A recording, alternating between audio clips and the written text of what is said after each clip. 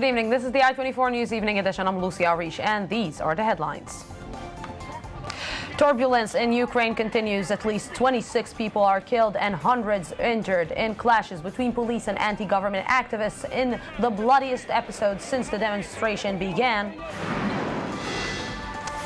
Tonight, the Palestinian president meets with the U.S. Secretary of State. Reports suggest that Israel will enact a partial settlement freeze as part of the framework agreement. Twin blasts in Hezbollah stronghold in the southern suburb of Beirut leaves 6 people dead. Good evening again. A day after severe clashes left 26 casualties in Ukraine during protests in the capital Kiev, the country's security service announced today a nationwide anti-terrorist operation. This as the EU called for a special session on the crisis, and the European Investment Bank announced a freeze on activities in Ukraine. I-24 News reporter Ugo Shapira has the latest. Kiev residents woke up to another day in their tormented country. The smoke and debris around Independence Square are only vague evidence for Tuesday's events, when at least 26 people lost their lives in one of the most violent clashes the country has known for years. As Ukrainians collect the pieces, accusations and threats are being thrown in all directions. They crossed the line when they called on people to take up arms. It's a violation of the law, and these people who broke the law have to be tried in court, which will define the measures that have to be taken. We are talking about the possibility of sanctions or other steps with our friends in Europe and elsewhere in order to try to create the environment for compromise. EU Foreign Policy Chief Catherine Ashton called for an emergency meeting on the European bloc concerning Ukraine, set to take place on Thursday in Brussels. The meeting could clear the way for EU sanctions on President Viktor Yanukovych's government. I'm deeply worried by the escalation of violence in Kiev and the numbers of reported casualties. This violence and bloodshed must stop immediately. Germany and France, as well as the rest of the European countries, are intent on allowing Ukraine to have a political transition towards new elections and reconciliation in the country. Politique vers de nouvelles élections et un rassemblement. As world leaders prepare for the next step, the protesters seem more determined than ever to topple Yanukovych's government. Anything less than that will be considered a failure, and like other political upheavals in recent years, the key to success here may be perseverance. The past days have been without doubt the bloodiest in nearly 3 months of unrest in Ukraine. I-24 News reporter Roni Ben Bassat gives us some perspective on the series of events that led to this point. November 21st, the Ukrainian government suddenly announces the suspension of trade talks with the European Union and opts for reviving economic ties with Russia. If Ukraine doesn't adopt to European law, it could knock the country out. November 22nd, hundreds of Ukrainians take to the streets in protests and call for President Viktor Yanukovych to resume talks with the EU.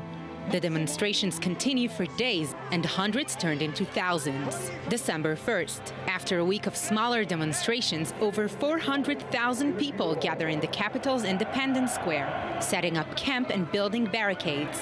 The rally is marked by clashes with police. December 2nd, protesters block government buildings and seize Kiev's mayor's office.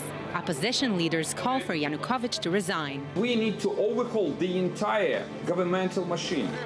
December 3rd, President Yanukovych's cabinet survives a no-confidence vote in parliament.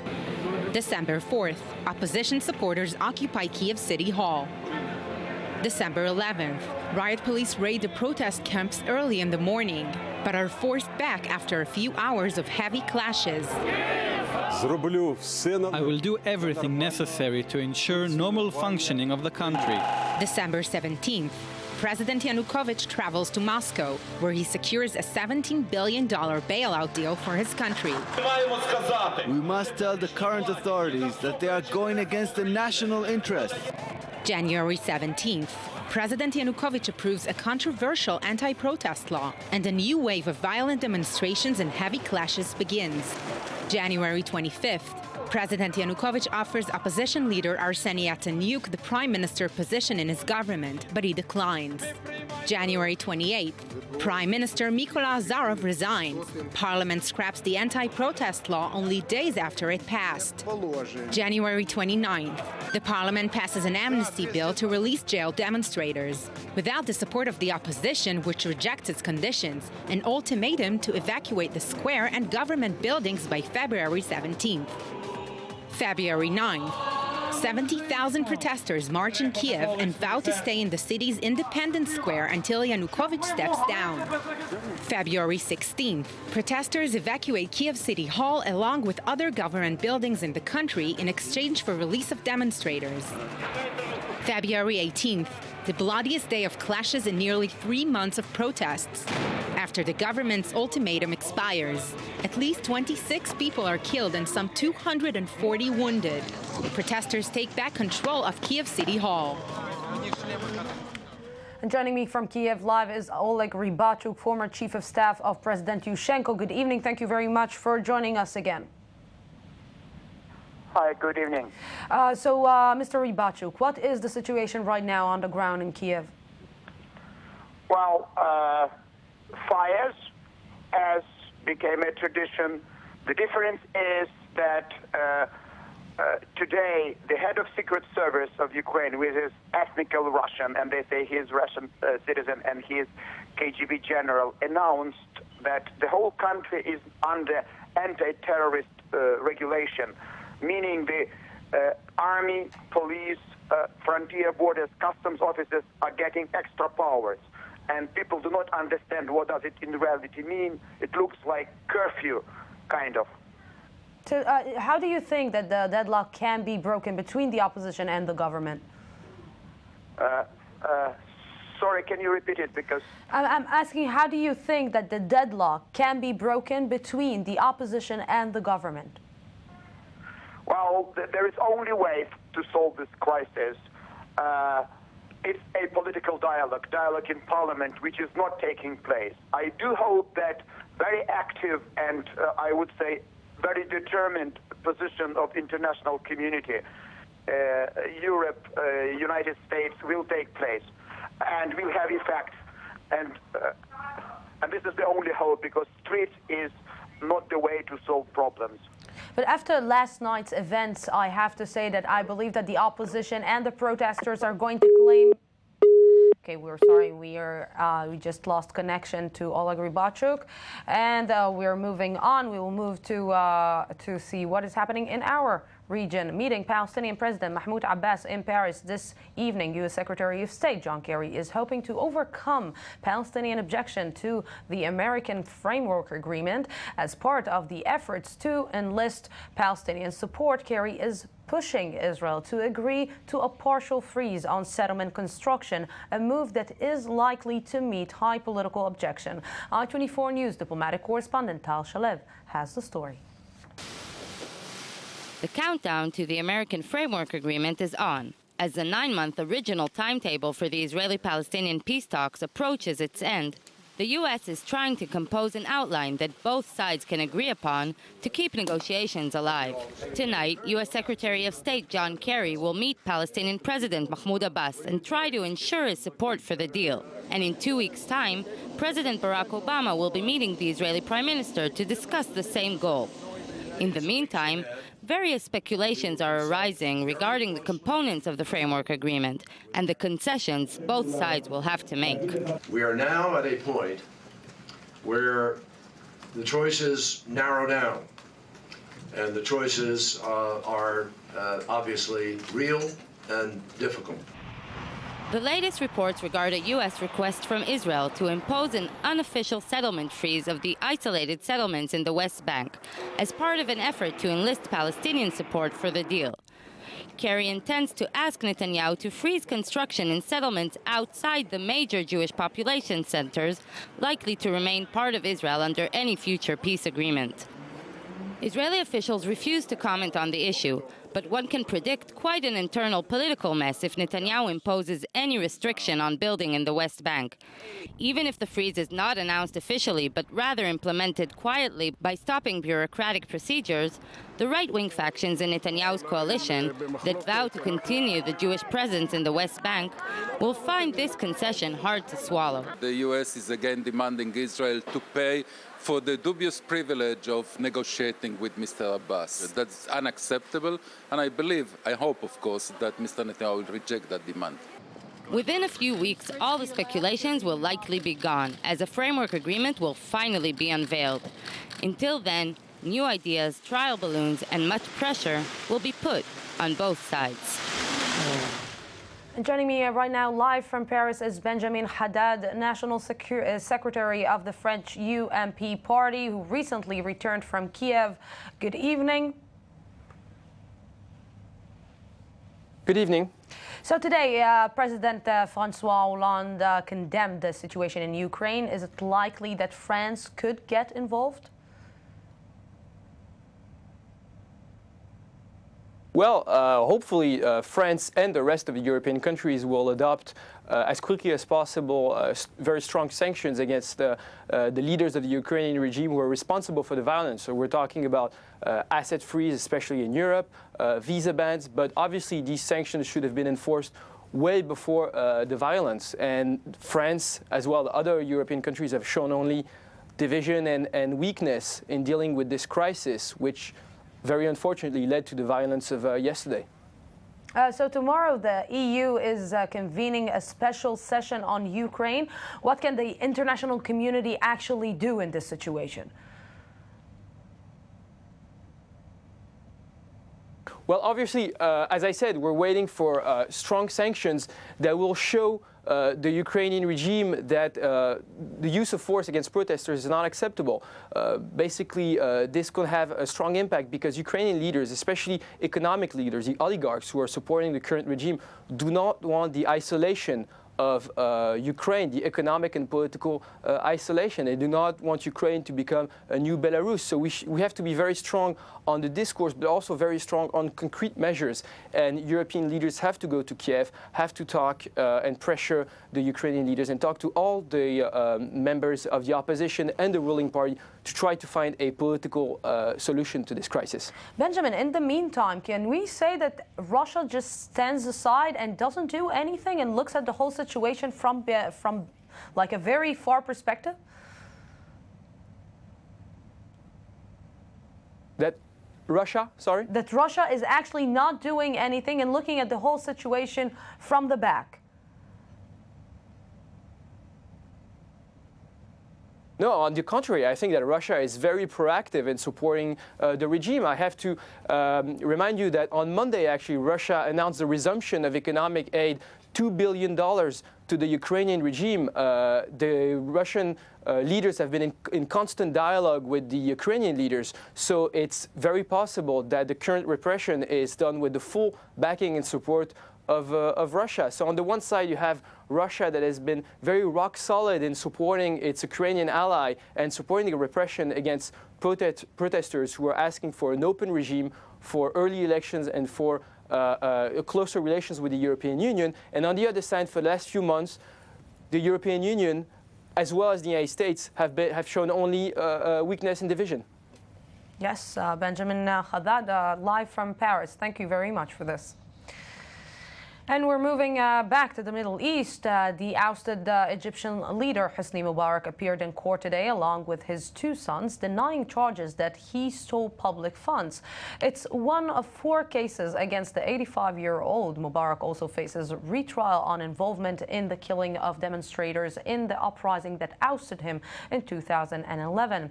The sessions was broadcast live on Egyptian television with him in same glass cage that hosted former President Mohamed Morsi just last week.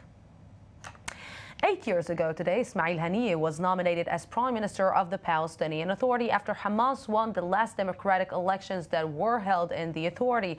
The event marked a large change in the Palestinian political arena and made Hamas a main participant and an influential body in the future of the peace process with Israel. And tonight, of course, in the daily debate, we will be discussing this event and the future of Hamas. Delegates from 6 world powers and Iran convened today in Vienna for a second day of talks aimed at reaching a comprehensive agreement on Tehran's disputed nuclear program. Talks will likely be cut short and end tomorrow morning because of an EU meeting convened, like we said before, in Brussels to discuss the Ukraine crisis, as the discussions focused on the schedule and agenda. For further discussions, both sides kept a distance from the public eye, stating only that the talks were substantive and productive.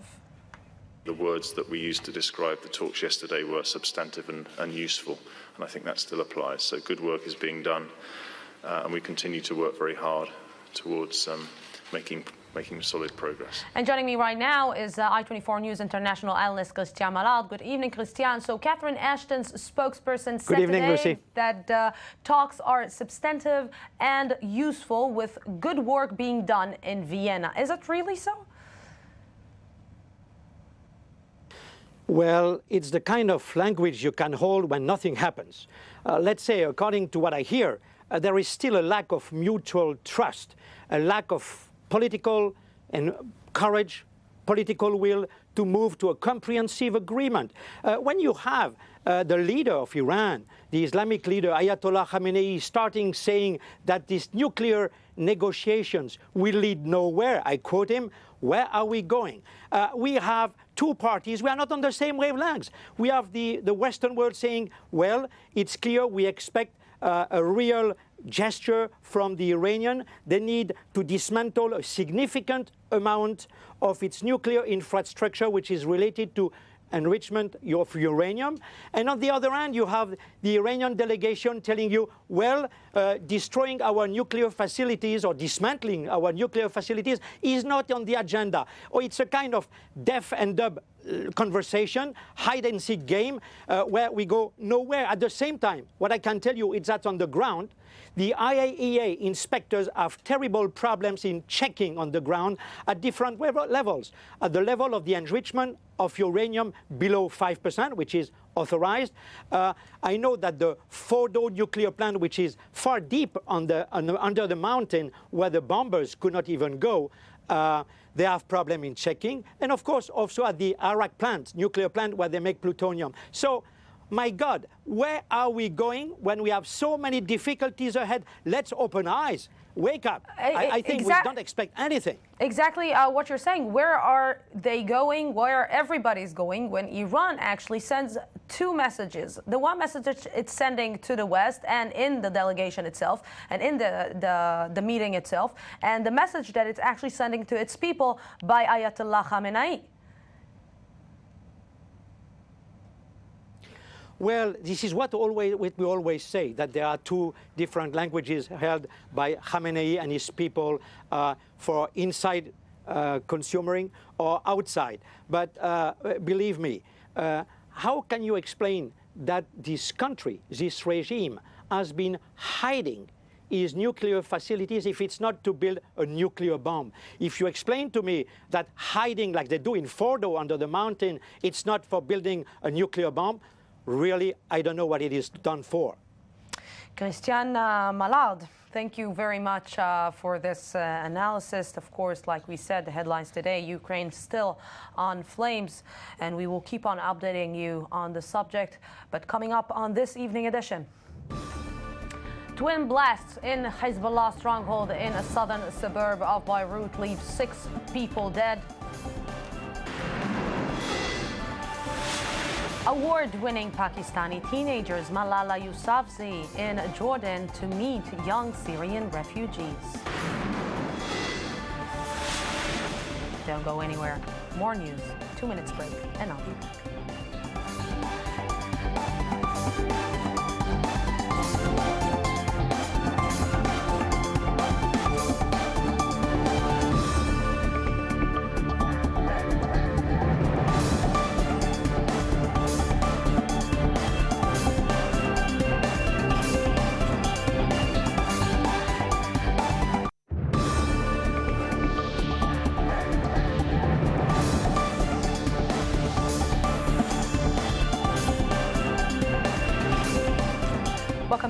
twin bomb attack in a Hezbollah stronghold of Beirut left at least 6 dead this morning and another 80 wounded. A jihadist group claimed responsibility, calling it double martyrdom operation. I-24 News correspondent Charles Biblazer has more.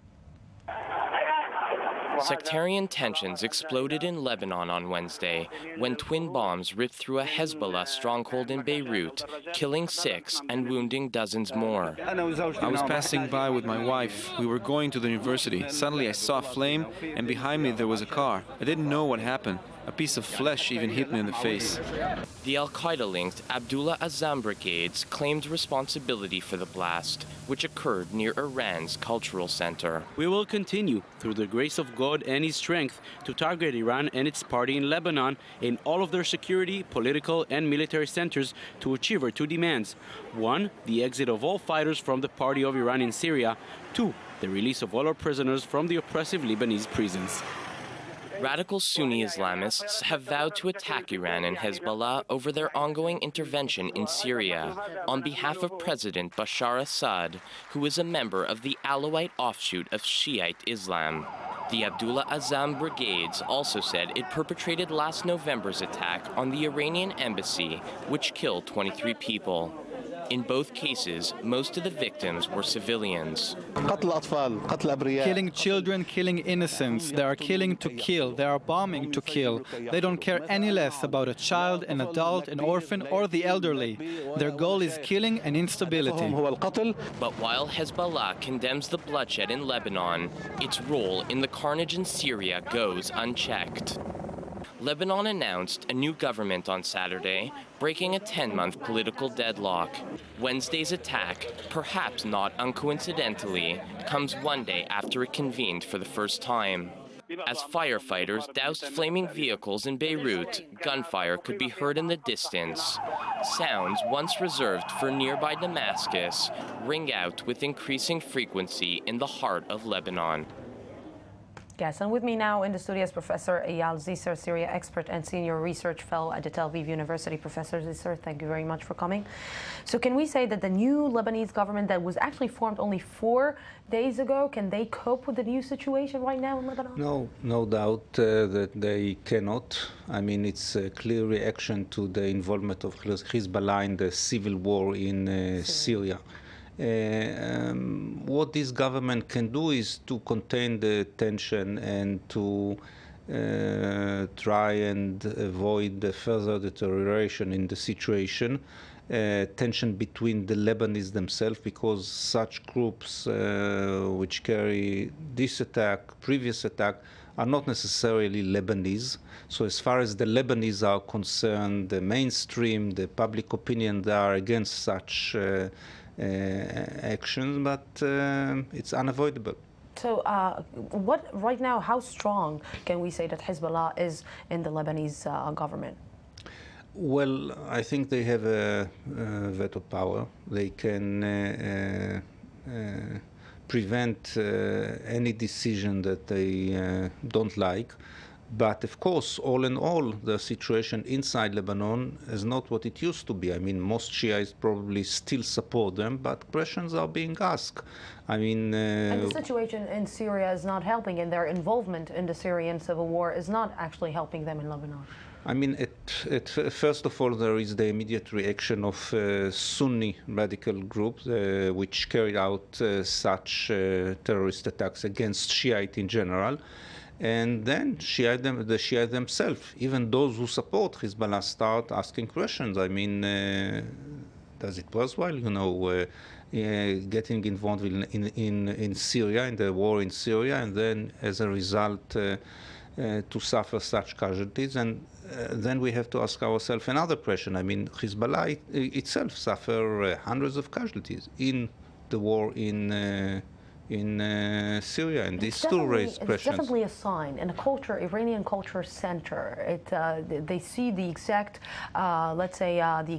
strong connection between Iran and Hezbollah. So isn't it a sign to Hezbollah maybe start breaking the connection that you have with Iran and with Syria and start maybe more focusing inside Lebanon? Well, I think the problem is that there are many Lebanese who say to Hezbollah, you are a Lebanese organization, we are ready to accept you. But when we speak about this radical terrorist group that kill Shiites in Iraq who have nothing to do with Iran and with Syria, this is a challenge, this is a problem. Any Shiite know that, well, because of Hezbollah involvement in Lebanon, there are these activity, but these radical groups are against Shiites in general. So, of course, the Iranian connection is there, but it's not the main issue. Yes, of course. Professor Zisser, thank you very much for this. Thank you. After 3 months of mass street rallies, a Thai court ordered the government today not to use force in protests, but demonstrators were still vowing to unseat Prime Minister Yingluck Shinawatra.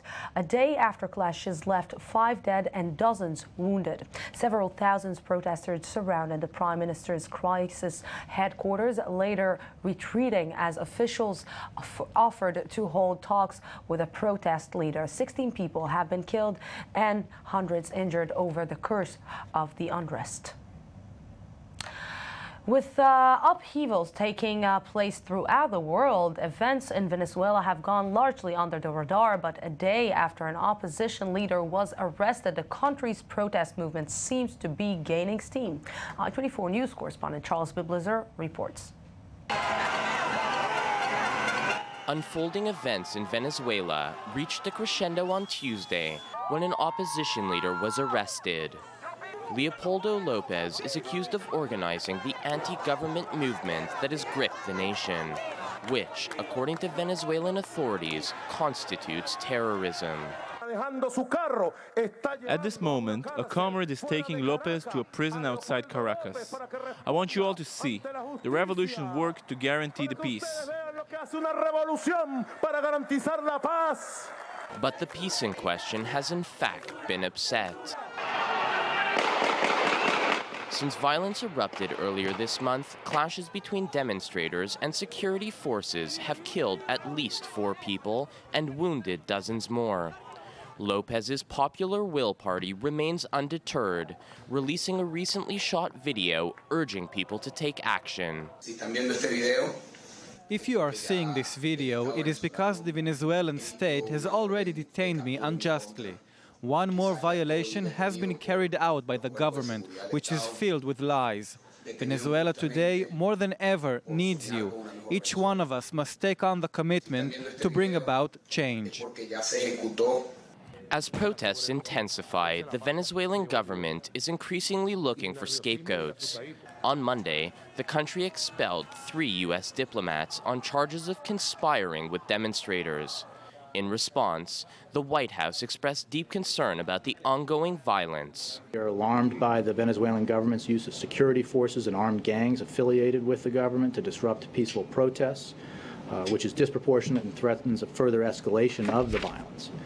Tensions come just 10 months after President Nicolas Maduro narrowly won an election to replace his mentor and late leader Hugo Chavez. Many blame socialist policies for the country's current state of rampant crime, economic hardship, and alleged repression. After years of living under the boot of socialist rule, some have started to speak out. We don't have freedom. We can't leave the country. There's no food. Venezuelans live with a lot of crime. They can't even go onto the streets. This is not possible. This is not democracy. It's socialism. We don't have freedom. We have an update for you on the deteriorating situation in Ukraine. Just a short while ago, Ukraine's president fired his army chief of staff. This on the same day that the security services announced an anti-terrorism plan against the demonstrators. Of course, what you're seeing right now are live footage from Kiev, still burning out, still protesters in the streets, and of course still in the headlines. The constant threats to boycott Israel and to carry out lawsuits against military commanders was the subject of a special conference in Israeli parliament today, looking at exactly who finances these moves. I-24 News correspondent Eli Ochenberg was there and came back with some answers. One of the most complex arenas Israel is battling in nowadays is not only peace negotiations with the Palestinians or regional violence, it is actually international publicity and propaganda. We need to fight about the narrative. It's as important as fighting in the borders. We see today the BDS movements gathering support all over the world against Israel, and we say it very clearly, we will fight back. Wednesday, a special conference in the Israeli parliament discussed the tangled issue of delegitimizing Israel and its political and military leaders in different ways, such as suing IDF commanders and boycotting Israeli businesses. The conference hosted best-selling investigative author Edwin Black, who researched the financing of those actions. Even though the New Israel Fund today no longer gives any money directly to BDS organizations, until 2011, they spent hundreds of thousands of dollars to help erect, establish, and proliferate that BDS movement through the Coalition of Women for Peace and other groups. Black followed the money trail to uncover the powers behind non-profit groups attempting to delegitimize Israel and presented his conclusion to parliament members. But as for now, it seems they will still have to fight both in the battlefield and in court.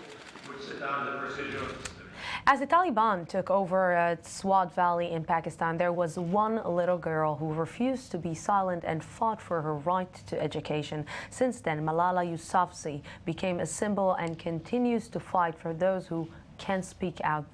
This time, she came to aid the Syrian refugees in Jordan. I-24 News reporter Elia Khomberg follows her in spiritual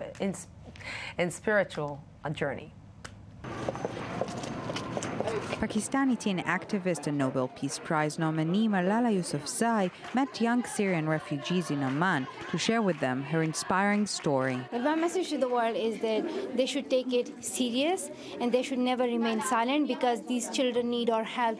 If we forget them and if we say that they are far away, it wouldn't affect us. So it's not true because if you don't stop war, it will spread. If you don't stop terrorism, it will spread and it can affect every person in this world. Malala was shot in the head by the Taliban in October 2012 for campaigning for girls' education. She's since been recognized around the world for her advocacy work after spending months in a hospital in the UK recovering from her injuries. The Malala Fund was created in 2013 and is aimed at promoting girls' education in developing countries and is now starting its next project in Jordan with a focus on the thousands of Syrian children living in refugee camps. The fact is that if we do not focus on their education, then these children, because of the violence that they are suffering from now, then they can become violent in future. So we should treat them with love and in a friendly environment so that tomorrow they would be good human beings. Of the more than 2 million refugees of Syria's war, almost 1/3 are in Jordan, now making up some 10% of the country's population. Though these initiatives are small in the greater crisis, they're one step in helping refugees trying to recover from the horrors of war and beginning a new phase in their lives. And joining me now for a look at this week in economy is host of the I-24 News Economy magazine, Binyamin Chong Alfares. Good evening. Good evening to you, Lucy. All good? Fantastic. So I just understand that Edward Snowden, let's say, woke up the French and the Germans. Once again, Edward Snowden is on the prowl. Yeah, no, actually, he's the reason, essentially, for the French and the German rapprochement, if you want. Angela Merkel has basically called in the French and said, let's consider building a network in Europe that would be separate, that would not rely on the US, that would not require messages going by way of the transatlantic line, so to speak. And the very idea, of course, is a little bit silly, because the internet essentially it doesn't work that way. It's something that is not necessarily fragmented. There are countries in the world that manage to keep their own little network to themselves, but everybody's not China. But and more than that, they cannot really be disconnected from the United States. Right. Specifically, it would be a problem for many reasons. On the one hand, you have all the users, say specifically on Google and Facebook. Financially, you can do it. Technically, they could do it. They have the know-how. They have the ability, but it just would not be practical at all. So how much does financially, how much does it cost? Let's talk money. Talking money specifically, honestly, I don't have the numbers. I mean, we just know essentially it would not be an issue for them to get the money together. They have the companies there. They're not as big as Google, Facebook, or any of the other the companies that are running, so to speak, the major services and whatnot on the internet in the world today, which are all US companies. The main issue here is really the fact that it just would be completely impractical. It would go against trade objectives. It would essentially break specifically the trade union that they already have, and you could forget about any kind of future prospects for a trade alliance. But isn't the competition good between, let's say, to create this new competition between the United States and Europe? That's the thing. It would not really be a competition in that sense. It would really just be creating a separate island in the internet, in the world of internet, and it would not help. It wouldn't help anything. It wouldn't. It would fragment the internet further, which is entirely unhelpful to any kind of trade or any kind of sharing of information for that matter. In a case that it can really happen, how will we feel it? How will we see it? I just want to just mention one more thing. Going back to the initial comment that I made in terms of Snowden, I mean, he himself actually in an interview said, it wouldn't make a difference. If the NSA wants to get information, they don't need that. It wouldn't be relevant. They can still go into China, despite the fact that China is completely guarded off. They can still get information from there. So regardless of what the Europeans were to create, the NSA could still get an information regardless. So I think that it's one more reason to spend more money. In this way or another. Hey, we create money, and that's what it's made the world go around, right? Yes, Benjamin, thank you very much for this. And Britain's Prince Charles is known for being a bit stiff concerning Western dancing, and in other words, he is not Jennifer Lopez. So if Western dancing is a problem, we can try a different style. The prince dressed yesterday in traditional robes and carried a sword to join members of the Saudi royal family for the traditional Ardaha dance at the Jardiria Culture Festival in Riyadh. I think that he dances very good, I think. Still ahead on this I24 News Evening Edition. The Daily Debate. 8 years ago today, Ismail Haniyeh was nominated as Palestinian Prime Minister. How has Hamas's power evolved since, and where has the organization gone wrong? And on One-on-One, behind the mission of the Make-A-Wish Foundation. Make a wish, 2 minutes, and maybe I will make it come true.